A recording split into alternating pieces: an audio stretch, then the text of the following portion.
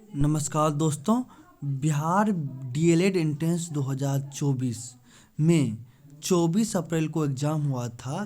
तो बहुत सारे दिन एग्ज़ाम हुए हैं, तो उसमें हम 24 अप्रैल 2024 को मैथ के पूछे हुए कुछ प्रश्नों को देखेंगे और इससे आपको एक समझ विकसित होगी किस तरह के प्रश्न आते हैं और इसी पैटर्न पे प्रश्न पूछे जाते हैं। अगर आपने वो बनाना सीख लिया तो आपसे आराम से बनेंगे। तो चलिए शुरू करते हैं। हिंदी का हमने डिस्कस कर दिया, उसका लिंक डिस्क्रिप्शन में डाल दिया है। अब हम आपको यहाँ पे प्रश्न दिखाते हैं। दिल्ली देखिए, पहला एक परिमेय संख्या से प्रश्न आया है। परिमेय संख्या और अपरिमेय संख्या। तो यहाँ पे देखिए, कह रहा है कि निम्नलिखित में से किसका गुणनफल एक परिमेय संख्या। √2 गुना √3 यानी √6 हो जाएगा, ये अपरिमेय संख्या। √9 गुना 5, तो इसको अगर रूट के अंदर कर लें तो 9 पंचे 45, √45 ये भी अपरिमेय संख्या। 27 गुना 3 हो जाएगा √81। 81 किसका वर्गमूल है? 81 का वर्गमूल हो जाएगा 9। 9 एक परिमेय संख्या, इसलिए √27 गुना √3 आपका एक परिमेय संख्या होगा। इसका सही आंसर होगा। अगला प्रश्न है 6 और 20 का मौसो क्या है। तो मौसो अगर आप यहाँ से आसानी से प्रश्न देख सकते हैं कि मौसो पूछ रहा है। क्या पूछ रहा है? मौसो। कि वह छोटी से छोटी संख्या बताना है जो 6 और 20 दोनों को विभाजित कर देते हैं। ये देखिए, एक तो आप सीधे आंसर कर सकते हैं 2, या तो बनाना है 2 गुना 3, 20 का यहाँ पे करते हैं 2 गुना 5।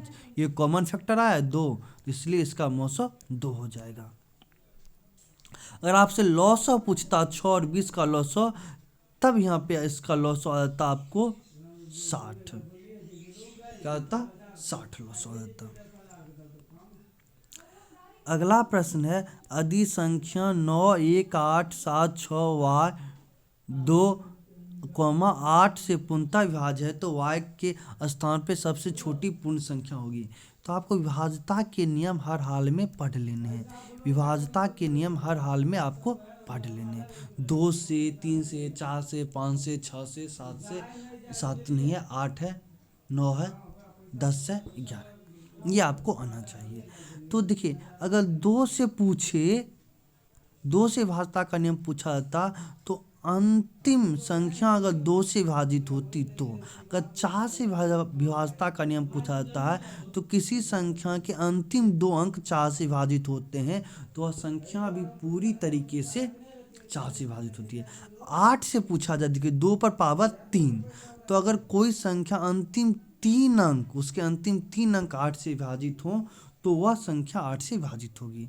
तो यहाँ पे अंतिम 3 अंक हम उठा लेते हैं 6y2। सबसे छोटी पूर्ण संख्या क्या होगी? अब यहाँ पर अगर आप 8 से भाग देंगे तो 6 है, तो 8 सत्ते 56, ये यहाँ पे आ जाएगा। अगर हम मान चलिए यहाँ ऑप्शन में भी देख सकते हैं, पहला हम 1 रखते हैं, 61 में 56 गया, कितना आएगा? 5। 5 पर 2 उतरेगा तो 52, 8 से विभाजित नहीं होगा। यहाँ पर 62 अगर यहाँ y की जगह पर 2 रखें तो ये तो क्या आ जाएगा? यहाँ पे अगर हम 2 रखें तो आपको यहाँ पे अंतर 6 आएगा। 6 पे 2 उतारिएगा तो 62 होगा, ये भी विभाजित होगा। लेकिन यहाँ पे अगर 3 रख दें तो ये 63 में 56 गया तो 7 ऊपर से 2, 8 नमा 72 भाग लग जाए। तो 3 न्यूनतम संख्या है, 3 सबसे छोटी पूर्ण संख्या, इसका सही आंसर होगा। तो विभाज्यता का नियम से संबंधित एक आप पूर्ण वीडियो अपलोड कर देंगे।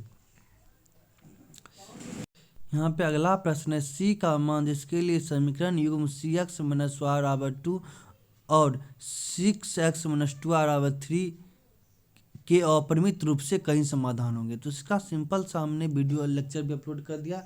इसका 3 है कंडीशन होता है। अगर a1/a2 बराबर b1/b2 बराबर c1/c2 है तो ये इसके कई रूप से समाधान होंगे।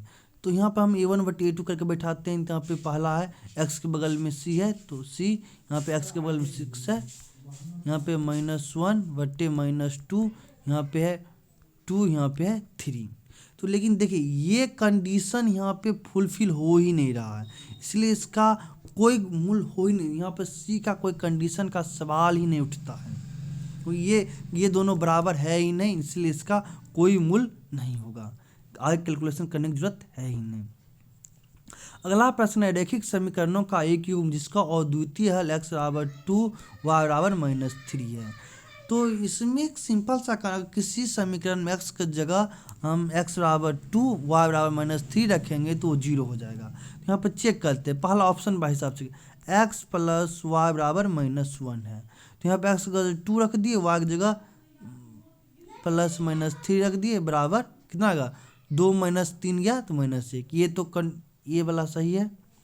अब 2x - 3 बराबर -5 चेक करते हैं, तो 2 गुना 2 -3 वाई की जगह -3 है।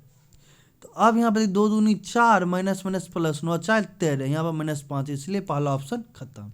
इसी तरह अगर आप चेक करेंगे, आगे चेक करते हैं 2x + 5 वाई बराबर -11, x के जगह क्या धरना है 2 और y के जगह धरना है -3, तो 2 दूनी 4 5 तिया -15, -15 + 4 बराबर -11, पहला कंडीशन इसका फुलफिल कर रहा है। दूसरा चेक करते हैं 4x + 10y बराबर -22, तो x की जगह 4 गुना 2 + 10 गुना -3, 4 दूनी 8 + 10 में -10 तिया -30, तो -30 में 8 घटा दें, -30 + 60, तो 8 में अगर -30 जोड़ेंगे या -30 में 8 जोड़ेंगे तो -22 आएगा। यहाँ पे -22 दिया हुआ, इसलिए इसका 2 ऑप्शन करेक्ट